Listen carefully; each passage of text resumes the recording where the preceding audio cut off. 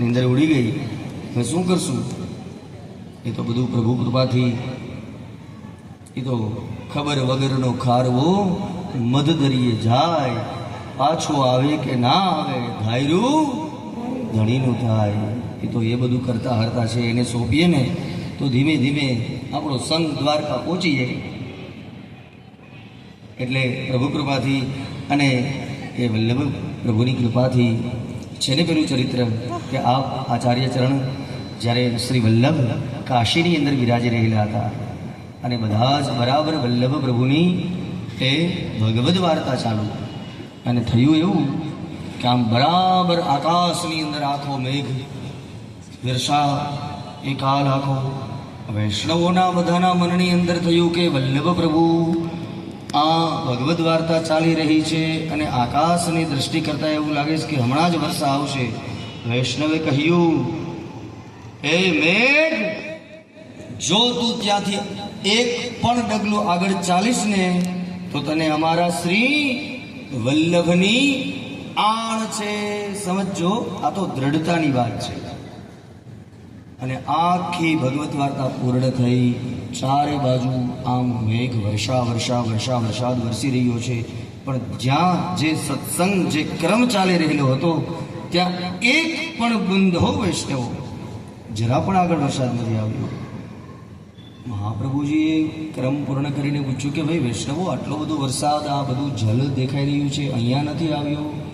એક વૈષ્ણવે આવીને કહ્યું, ગુરુદેવ ક્ષમા કરજો પ્રભુ, જે કૃપાનાથ, વરસાદ આગળ ન આવે. કે કેમ? કે મેં નથી આવવા દીધો. કે શું કીધું? મેં આપના હામ આપ્યા આણ. મેઘ, જો તું ત્યાંથી કેમ આટલા વૈષ્ણવો સત્સંગ શ્રવણ કરી રહ્યા છે આપના મુખેથી, કૃપાનાથ, આ વલ્લભનો વેણુનાદ થઈ રહ્યો હોય અને વરસાદ, મહાપ્રભુજી હસતા શું કહ્યું? વૈષ્ણવ, કદાચ વરસાદ આગળ આવ્યો હોત તો તમે શું કરત? સાંભળજો. અરે તો ગુરુદેવ, મારા હૃદયની અંદર જે ગુરુ પ્રત્યેની મારી નિષ્ઠામાં તો ધૂળ પડે ને. જો આને શું કહેવાય? દ્રઢાશ્રય. એ જરૂરી છે. આશ્રય અને દીનતા એ વૈષ્ણવો પુષ્ટિના સ્તંભ છે. મારો અને તમારો એક દ્રઢાશ્રય હોવો જોઈએ અને એક જીવનની અંદર દીનતા હોવી જોઈએ. આ બંને એ પુષ્ટિ માર્ગના એ આધાર સ્તંભ છે. સમજો, કદાચ મને ને તમને અન્ય કંઈ ના આવડે, પણ અનન્યતા. આ 7 દિવસ સુધી હવે જ આપણે જ કથા આવશે, આપણે એ જ ક્રમમાં આગળ ચાલીએ. જેવો વરસાદ વરસ્યો, બધા જ વ્રજવાસીઓ પ્રભુના શરણે આવ્યા. ભગવાને કહ્યું કે ચાલો આપણે હવે ગિરિરાજ એ ગોવર્ધનની પાવમાં જવું છે, અને બધા જ વ્રજવાસીઓને સાથે લાવીને કહે કે હવે આપણે આમને ઉઠાવવાના છે. જ્યાં આ પ્રકારે આજ્ઞા કરી અને એ જ સમયની અંદર દામા સુદામા ભગવાનના સખા મંડળ એ બધા પૂછી રહ્યા છે કે ભાઈ લાલા, તું આમને ઉઠાવવાની જે વાત કરી રહ્યા છો, આ ઉઠે તું આજ કઈ ભાંગ પીને તો નથી આવ્યો ને?